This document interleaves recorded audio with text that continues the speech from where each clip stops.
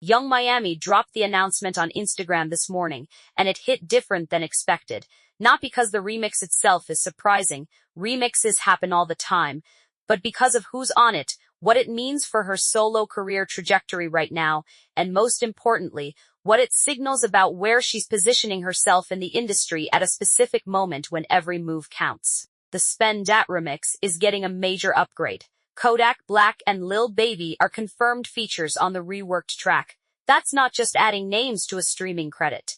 That's a statement, and the music world noticed immediately because the announcement came with zero warning, minimal promo, and what amounted to a simple Instagram post, which in 2026 means she's confident enough not to need build-up. But here's what made it actually newsworthy. She announced it on the same day reports surfaced about tension in her existing label situation.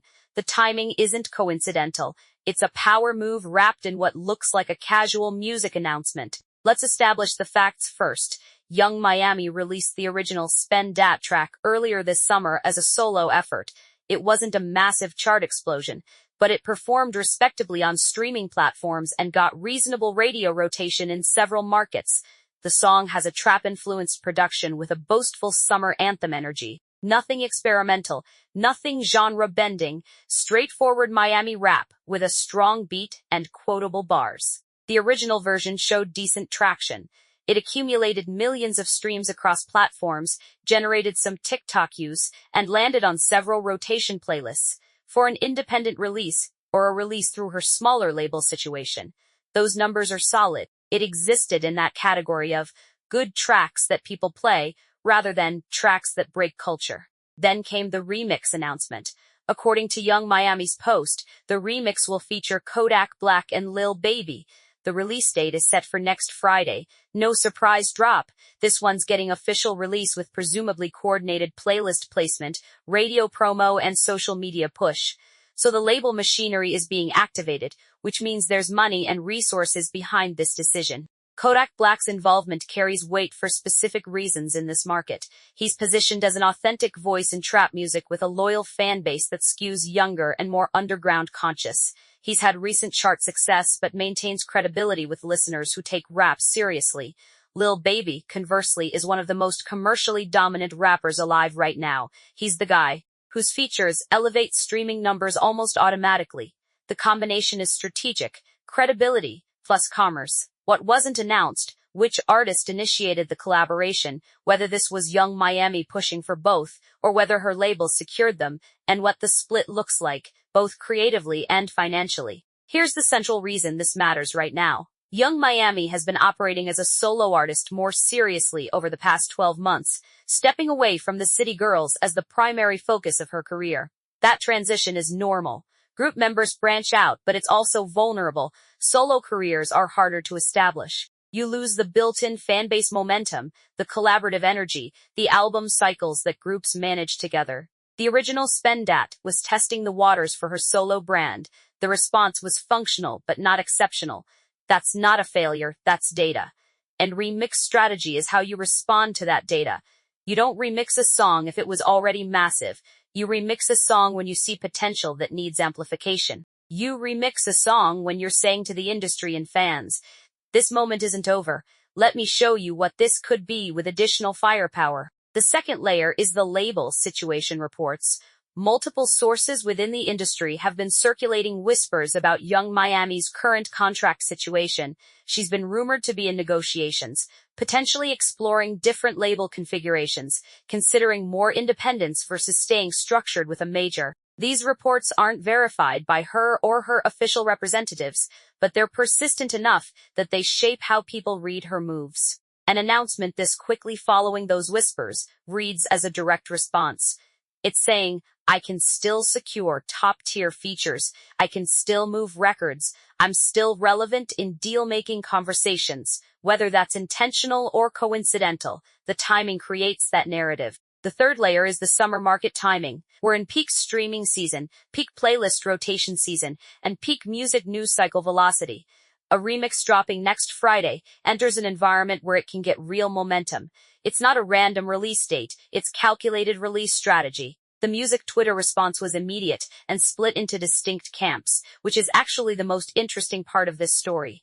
Camp 1. The genuine enthusiasm crowd. These are fans who liked the original and are excited to see it amplified. Kodak Black's fanbase showed up immediately, with comments like, "Kodak makes everything harder," and "this bout to be different." Lil Baby's supporters pointed out that his feature would make this a guaranteed streaming performer. The collaborative element itself generated excitement because feature announcements carry weight in hip-hop culture. Fans love studying verses, comparing flows, debating who did the best feature. This remix just gave them a reason to engage with Spendat again. Camp 2. The Skeptics. These are listeners and critics questioning whether this collaboration actually makes sense creatively. Some argued that Kodak Black and Lil Baby have oversaturated the remix market. Both of them appear on so many features and remixes that their involvement feels like a formula rather than a special moment. Others suggested that Young Miami's track wasn't strong enough to warrant this level of additional star power, implying that the remix is purely commercial desperation rather than artistic vision. The criticism isn't personal, it's structural. These listeners see the remix as label math rather than creative synergy. Camp 3. The industry observers. These are people in the music business who are reading this as a statement about Young Miami's negotiating position. If she's securing features of this caliber this quickly, her currency is still high. That matters for contract discussions. That matters for future booking power. That matters for how other artists and labels perceive her. Every feature announcement from a negotiating artist is also a negotiating tool. The social media response also revealed something about streaming culture in 2026. Very few people are waiting until they hear the actual remix. Most reactions are based purely on the announcement itself, on the names involved, not the sound. This is how music discovery has evolved. Artists can generate massive early engagement before anyone has actually consumed the product. The remix hasn't dropped. Millions of people have already formed opinions about whether it matters. That's a different kind of power than traditional chart success. On Instagram, Lil Baby's response was restrained, a comment with emojis, nothing more. That's typical of him. Kodak Black posted something more animated, which generated attention because Kodak's social media presence tends toward the unpredictable. He doesn't always promote his own features, so when he does engage, it signals something different. Did he actually initiate the collaboration? Is he particularly excited about it? The ambiguity is part of how these announcements work now. The lack of clarity generates ongoing discussion. Young Miami's solo trajectory needs to be understood against her recent moves. She's been appearing on other people's tracks over the past year, features that allowed her to maintain visibility without carrying the full weight of artist responsibility. Those features included artists from different genres, which broadened her audience, but also diluted her solo brand identity. The Spendat original was her attempt to reclaim a specific lane. Unambiguous rap, her production choices, her vision. It was intentional repositioning. City Girls hasn't dissolved, but the group's activity has slowed considerably. The last collaborative project between Young Miami and JT was released last year, and the timeline between that project and any upcoming joint work remains unclear. Neither member has publicly stated that the group is over, but both have invested heavily in solo careers. That's the industry status quo right now. Individual projects first, collective ventures when it makes strategic sense. The remix strategy here is also contextual to how 2026 remix culture operates. This isn't 2015, where remixes could break songs on radio and push them to unexpected chart heights. Current remix strategy is about playlist repositioning and secondary stream generation. You're not expecting the remix to outsell the original. You're expecting it to diversify the audience and extend the track's lifespan.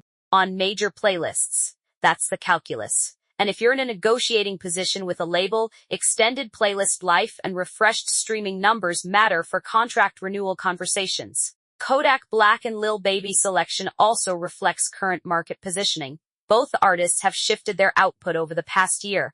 Kodak's been balancing underground credibility with commercial appeal. Lil Baby's maintained his commercial dominance. They're positioned differently enough that they offer different audience access points, but similar enough that it doesn't feel like a jarring combination. This is calculated feature selection, not random star stacking.